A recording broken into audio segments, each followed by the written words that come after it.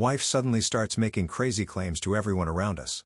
About me, such as I'm too controlling or that I never let her explore her femininity with other men, and I don't know where all of this is coming from until I find out the excellent therapist she sees is actually an old friend from high school who is helping her come up with these ridiculous accusations. I dig around and find out this about her so-called friend, and now my wife is left humiliated. It was around 6 or 7 months ago when I first began to notice a change in my wife Carla. She had recently returned from her company's annual trip, an outing organized by her manager to help their team reconnect and strengthen their bond. Usually, she came back from these trips recharged, full of stories about her co-workers and excited to share small moments that had amused or inspired her. This time, however, things were different. From the day she got home, there was a noticeable distance in her demeanor. She didn't talk to me much about the trip, which was surprising. When I asked her if something had happened, she just shook her head and brushed off my concerns. At first, I chalked it up to the typical post-trip exhaustion. Maybe she was just tired from all the traveling, the socializing, the team-building exercises, but even after a few days, her behavior didn't change. In fact, it worsened. Carla began to seem irritable around me, picking fights with me over trivial things that before wouldn't have bothered her in the slightest. Before, my wife and I hardly used to fight. Our relationship was always healthy, but suddenly the familiar ease was replaced by tension. Every day, it was like she was looking for reasons to argue, and these conflicts felt as if they sprang up out of nowhere. A comment that would have made her laugh now led to a sigh, or worse, an argument. I couldn't wrap my head around where this sudden anger, this frustration was coming from. As time passed, it wasn't just the arguments. My wife started to distance herself in other ways. We had a tradition of going on weekly dates, nothing extravagant, sometimes just grabbing coffee or taking a long walk in the park. These outings were special to us, little islands of time we set aside to reconnect, unwind and focus on each other away from the distractions of work and daily life. But Carla started canceling our dates with random excuses that seemed increasingly flimsy. She would say she was too tired or that she had too much work to catch up on, even on weekends. The cancellations started to stack up, and so did my worry. I missed spending time with my wife, our connection, and our laughs. Her mood swings only became more pronounced. One moment she would seem fine, and the next she'd be moody and withdrawn, retreating into herself. Of course, my mind couldn't help but wonder. I began to worry if she was falling out of love with me, or, worse, if she had fallen for someone else, maybe. I hated to even think about it, but her behavior felt so foreign, so out of character, that I started to consider possibilities that before I wouldn't have dreamed of. When I finally confronted her with my fears, Carla was adamant, swearing up and down that there was no one else other than me. She even gaslighted me, saying that I was overthinking for no reason and that she just needed time to figure a few things out in her life. Hence, I tried to give Carla some space, hoping that whatever she was going through would work itself out with time. I thought that if I didn't press her, if I just gave her the room to breathe, she would eventually come back around and things would settle back into the way they used to be. But unfortunately, that didn't happen. In fact, the more space I gave, the further away she seemed to drift. She began spending longer hours at work, arriving home late, sometimes even after I had gone to bed. Generally, she used to share stories about her day, tell me funny little anecdotes about her coworkers, or vent about the latest office drama. Now, there was just silence after she came back home. She became more and more evasive whenever I tried to question her, and her actions started to raise doubts in my mind. With our relationship on shaky ground, I suggested to my wife that we try marriage counseling. I thought that maybe with a counselor's help, she could open up to me and we could get to the bottom of what was driving this distance between us. To my surprise, Carla refused, saying she wanted to see a therapist individually instead, and that she needed to work on herself first before we could work on our relationship together. While it wasn't what I had hoped for, I agreed. Ultimately, I wanted her to feel supported in whatever way she needed. Carla found a therapist soon after, and she began seeing this person 3 times a week for 2-hour sessions. I didn't ask too many questions about it, trusting that she had found someone qualified to help her. All I wanted was for her to find the clarity or peace she was searching for, and ultimately for us to be able to reconnect after each session. Carla seemed to be in a better mood. Liked her somehow, as if a weight had been lifted. I hoped that maybe this was a sign things would improve between us, that this might be the beginning of a new chapter in our relationship. But instead, things just got stranger. Carla began spending even more time away from home, often making plans that excluded me. It started with a few evenings here and there, but before long, it was happening nearly every weekend. She'd leave without much of an explanation, and she wouldn't come back until late at night. I don't mind her going out with friends. In fact, I've always encouraged her to have a life outside of our marriage, but I did expect her to at least give me a heads up. Her constant and unexpected absences, along with not keeping me informed, made me feel pushed aside in my own marriage. Meanwhile, Carla seemed to have no regard for the fact that I missed spending time with her, no sense of how much I longed for the closeness we once shared. What worried me even more was when I discovered almost accidentally my wife wasn't just spending time with friends during her little outings. Apparently, she was also spending time with random strangers she met at bars. This was something she had never mentioned to me. I only found out when several of my friends reached out concerned they'd seen her at bars dancing with random men, clearly intoxicated, and acting in ways that felt completely out of character. They had recognized her to be my wife. It was humiliating to hear about my wife's behavior secondhand, to know that other people were witnessing her actions while I had remained in the dark. I felt completely lost, struggling with the embarrassment and confusion her behavior had brought. When I finally worked up the nerve to bring it up, hoping to have an honest conversation about what was going on, she dismissed my concerns, brushing them off, saying that she was just having fun and pointed out that dancing and talking to strangers didn't mean that she was doing anything inappropriate with them. She said it as though her actions of meeting these strangers were harmless, as though I shouldn't be affected by this version of her that I barely recognized. Next, she stopped helping around the house. Ever since we both started working, we've always divided up household chores equally. I've always been the one to cook and make sure our lunches are packed each day. In turn, Carla handles the dishes, loading, unloading the dishwasher, and she's in charge of the laundry while I do all the folding of clothes and also mow the lawn. This system of shared responsibility has always worked well for us. But Carla suddenly stopped holding up her end of the deal. She started to complain about how she felt oppressed by having to do housework, arguing that none of her friends seemed to have to work both at their jobs and at home. We've always had a mutual understanding of shared effort, a give and take that allowed us both to focus on our careers while keeping our home running smoothly. Her sudden frustration felt very out of character for her when she made these complaints. I tried to understand where she was coming from, but I couldn't ignore the reality either. I pointed out that if she was referring to her friends in the neighborhood, most of them were stay-at-home wives who dedicated their entire day to running their households. I suggested that if she was feeling overwhelmed with both work and house duties, we could consider her leaving her job so she could manage the household full-time, and I'd gladly take on the role of sole breadwinner. However, if she didn't want to leave her job, then she needed to understand that both of us had to divide up household duties. After all, I never complained about the work I did around the house, so why was she making it an issue? Carla continued to state that she didn't want to do housework anymore, saying that her responsibilities at the office were already too demanding and she didn't want to come back home and work also. She told me that I had to step up and take care of everything around the house, at least until she felt more ready.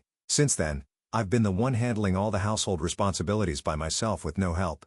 I'm taking care of cooking, cleaning, laundry, and making sure everything runs smoothly. I hoped that eventually she would see and appreciate my efforts, but unfortunately, my work has remained unacknowledged. So after all the sacrifices I've been making, imagine my shock when I discovered that 2 months ago, my wife had been going around the neighborhood spreading outrageous claims about me. I found out through some of my male friends in the neighborhood whose wives are friends with Carla. These friends, who have known me for a long time, seemed concerned about the things my wife had been saying. Apparently, Carla had been describing me as too controlling or toxic as a husband, claiming that I never let her live peacefully. When some of these wives wanted to know exactly what I was doing to her, Carla claimed she had discovered over the years that I was too close-minded and restricted her from having any fun. As a result, she has started to feel unfulfilled in our marriage. This is why apparently she had started to interact with other men to help her reconnect with aspects of herself she felt had become too suppressed after marrying me. She also expressed to her friends that she had started to have fantasies to explore her femininity with other men. At first, I obviously didn't believe them. This didn't sound like Carla at all. The Carla I knew was always private about our relationship and generally avoided airing personal issues, especially to our friends. Also, why would she lie about me this way? I never restricted her from doing anything. In fact, for months, she had been doing whatever it is that she wanted while I had silently stood by her. Now out of nowhere, she was blaming me for being toxic and suppressing her? I decided to confront her directly and told her what my friends had revealed to me. I asked her if it was really true that she had been talking about me like this. I wanted to hear her side of the story and understand why she felt the need to share those things with others. To my shock, Carla didn't deny any of it. She calmly admitted that she had shared her feelings with those people, explaining that she felt unsatisfied and unsure about our relationship, which led her to talk to others about her frustrations. I asked her what she meant exactly, which is when Carla began to open up about her therapy sessions, describing how her therapist had helped her realize what was missing in her life, which is excitement. She told me in a tone that seemed oddly detached that she now viewed me as boring and predictable, and how she felt that our marriage had lacked any passion. These words stung. especially because I had always assumed she was content with the life we had built together. I reminded her of all the times she'd expressed happiness and how we'd worked together to keep our relationship balanced and fulfilling all these years. But instead of understanding where I was coming from, she accused me of suffocating her by holding on to past memories and moments she felt were outdated. She insisted that while she had evolved over the years and kept up with the times, I had remained the same, and that is why we had this disconnect. My mind started to spiral. I asked her directly what it was that she wanted from our marriage. She hesitated, clearly nervous, before admitting that she and her therapist believed an open marriage might be the solution to fix our marriage. I was taken aback and told her outright that I didn't believe in open marriages. Carla then argued that even if I didn't, she did. She claimed that opening up our relationship could bring back the excitement she felt was missing, allowing her to rediscover herself while still staying married to me. She also mentioned that with an open marriage, if I wasn't comfortable sleeping with strangers, that was okay, but she wanted the freedom to do so without feeling guilty about it. Her suggestion left me reeling.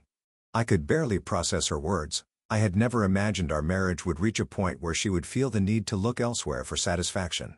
How can meeting new people while still staying married fix things between us? Also, how can her therapist suggest a thing like that to her? I thought my wife was seeing a therapist to improve herself, but in reality, this so-called therapist was only encouraging her to entertain these ridiculous ideas. I told Carla that if she wanted a divorce from me, she didn't have to make up a story about excitement or needing something new in her life. I suggested that if she was this unhappy with me, she could just be honest rather than inventing reasons to justify an open marriage. I told her that it was better for us to separate than to stay married and hook up with strangers. This was not what I envisioned a marriage to be, and I could not stand by it. But to my surprise, Carla pushed back, saying she actually liked being married to me. She emphasized how she valued me as a dependable and reliable partner, and I provided a stable foundation she appreciated. Yet in the same breath, she claimed the spark between us was gone and insisted that we could stay married and just have some fun with other people. She argued that this new venture could benefit and keep our marriage spicy. I told my wife that I needed some time to think about it, since this was a decision I could not make lightly. But as I spent those next few days really reflecting on our relationship, I began to realize that an open marriage was not what I wanted, and more importantly, neither was the person Carla had become. Over time, she had transformed so much that I barely recognized her anymore or felt connected to her. She dressed differently. Her clothing choices suddenly were more revealing and provocative. She was glued to her phone, engrossed in conversations with other people at all times. It was as if she'd shifted into an entirely different lifestyle, one that had no room for the values we once shared. She barely interacted with me anymore and had entirely neglected her role in maintaining our home. She treated me like a roommate at best, not a partner. I slowly found myself realizing that I didn't want this version of my wife. I didn't want a partner who felt the need to see other people to feel fulfilled. I'd spent months trying to be patient to support her, to give her the space she needed, but the Carla I fell in love with was gone, replaced by someone who seemed to view our relationship as a convenience rather than a commitment, and it hurt.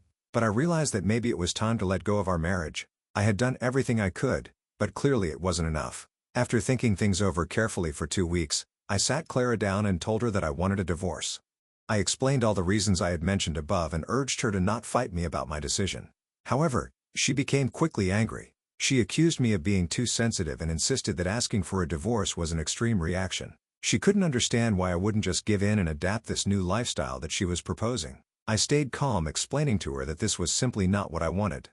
She couldn't just force me to accept it. Each point I made only seemed to make her angrier. Carla then turned it around on me and accused me of having no willingness to work on our marriage and how I was the real problem in our marriage. I wasn't surprised by her move. She had always loved gaslighting me and blaming me for everything without taking any accountability herself. I tried to reason with her, but she was not backing down. So, realizing that we were getting nowhere, I asked her to leave. Since this was my house, I felt justified in asking her to pack her things and move out now that we were done. Carla yelled at me that I had no right to ask her to leave and even went so far as to threaten that she would ruin my life if I actually went through with divorcing her. Her hostility only reinforced my decision, and I stood my ground, calmly warning her not to escalate the situation any further. In the end, she had no choice but to comply, but not without first throwing a tantrum, hurling things around the house, and even going so far as to scratch my car in the fit of rage while leaving. Thankfully, I documented everything, photographic evidence of the damage and records of her outbursts, knowing that I would likely need it down the line. Honestly, this was just a sad, painful end to what had once been a very meaningful relationship. Since moving out, Carla has been texting me insults about my manhood and spreading rumors around town telling anyone who will listen that I unfairly kicked her out and calling me a coward for not fighting for our marriage. AITA Update 1. Thank you to everyone for your kind comments. I'm not a fool. I realize now that my wife may have been having an affair or perhaps multiple affairs outside of our marriage, and this is why she had the audacity to suggest open marriage to me. Clearly she just wants the perks of being married to someone well-established like me while not putting any real effort into our relationship. As for why this happened, I have no idea. Maybe she never truly loved me, or maybe she fell out of love over time. At this point, it doesn't really matter anymore. Carla continues to send me voicemails blaming me for everything. I'm just so tired of her constant accusations. Update 2. It's been 2 weeks since my last update. And for the past week, Carla had been asking to meet, repeatedly texting and calling, so I finally agreed to see her today. Part of me hoped that maybe she had come around, that she might be ready to talk honestly and perhaps even take responsibility for everything that had happened between us. But as soon as we sat down, Carla launched into a new narrative explaining that her therapist believed I was abandoning our marriage simply because things had gotten tough. According to the therapist, I was the one who was failing to live up to my commitment by not agreeing to her demands. Carla then went on to say that she was actually willing to take me back, provided I agreed to certain conditions. I was taken aback. What did she mean by taking me back when I was the one who had asked her for a divorce? Just to amuse myself, I asked what her conditions were. Carla demanded that I agree to an open marriage and also let her quit her job so she could live a stress-free life without ever having to worry about work. Hearing this, I couldn't help but laugh out loud. I thought, at first, she might be joking. How could she possibly be doubling down on these outrageous demands after everything that had happened? Did she really think I would be open to any of it after the way she had been treating me?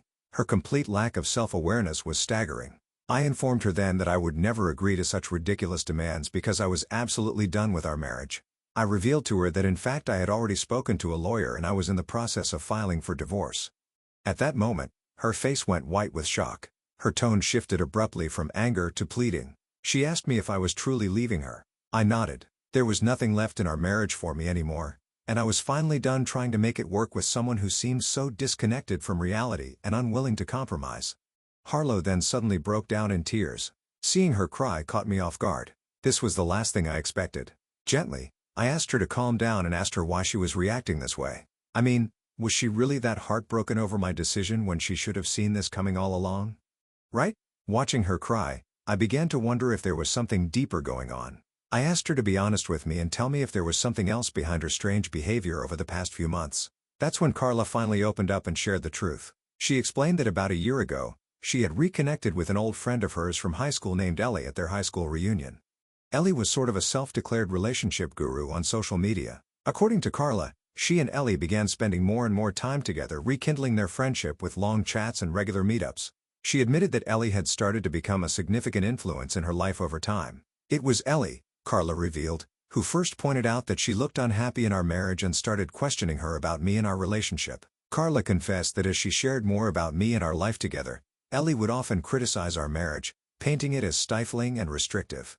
Ellie repeatedly reminded Carla of how fun and adventurous she used to be back in high school when she had multiple boyfriends and how she always expected her to remain that way. However, according to Ellie, Carla had now become boring. This made Carla start to resent me as she basically blamed me for her change in behavior. She felt like she had lost herself in the marriage, and instead of taking responsibility for her own choices, she projected that frustration onto me.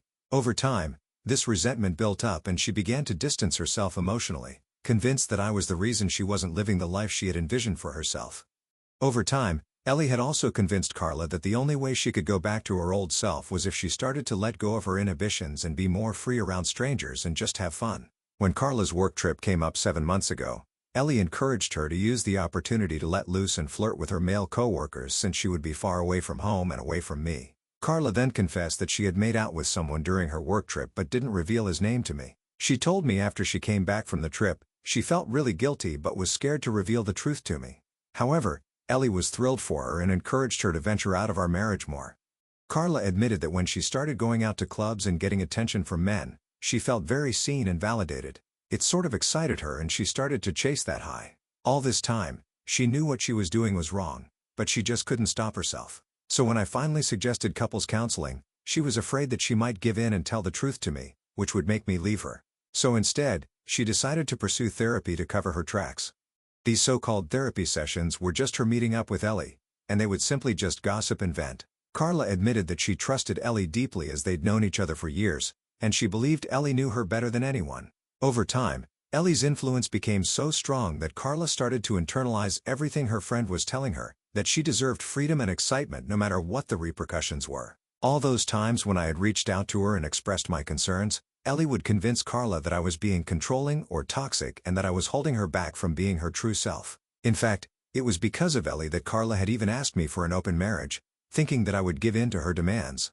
But to her surprise, I hadn't and had kicked her out instead. Carla told me how she had wanted to confess the truth to me after that, but Ellie had convinced her that she needed to maintain control over the situation and keep me on edge, making me chase after her instead.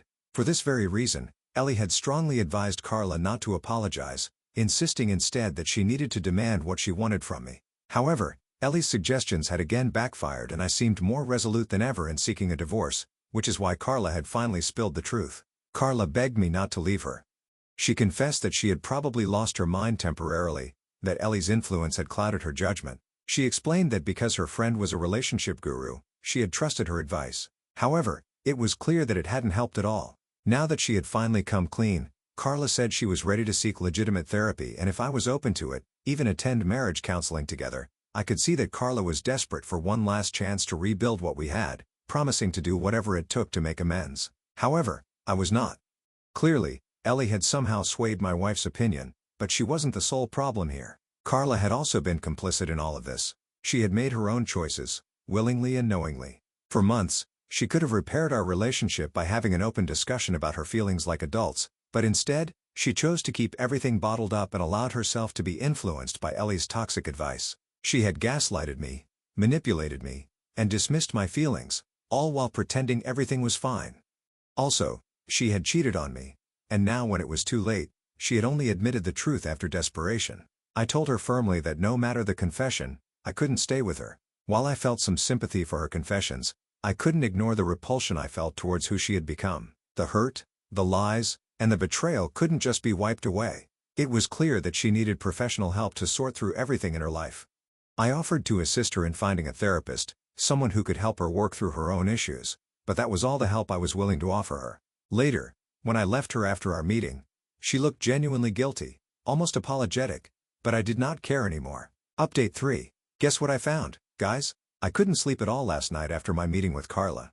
I felt the need to stalk Ellie on social media just to see who this woman was. My wife had knowingly kept her friendship with this old acquaintance hidden from me for months, so I obviously wanted to know more about her. I admit, I went a little too far with my research because I found that Ellie and I shared a mutual friend. This guy I knew went to the same college as her, so I decided to reach out and ask him about her. According to the guy, Ellie is a homewrecker. She has had multiple affairs all throughout her college and career, all with married men. Ellie had always ever wanted to marry young to a wealthy guy, so she never had to work a day in her life. After college, she did find herself a rich older man and they quickly got married. However, she continued to have her secret affairs on the side. Later, when her husband found out, he left her. Ellie didn't seem bothered by that. She was only focused on securing alimony during their divorce. After that, she started her social media page and started to go around calling herself a relationship guru. After hearing her history, it's quite clear that she is a bad influence to be around. I'm not surprised anymore that she gave all the wrong advice to Carla and destroyed our marriage. Update 4. It's been a month since my last update. For everyone asking, I did have a more detailed conversation with Carla about Ellie's history. Turns out my ex knew nothing about Ellie's history of affairs and was shocked that her so-called friend had never told her about any of this. Let's be clear, I blame Carla even more than I blame Ellie. Clearly, Carla just needed an excuse to behave badly during our marriage and maybe Ellie had just simply shown her the way. Carla admitted how humiliated she felt, realizing that her friend had lied to and manipulated her for months. I told her it didn't matter anymore and advised her to be more careful about taking suggestions from others in the future. Since she had admitted everything to me, all I wanted was a divorce so I could finally move on. In the end, Carla agreed to the divorce.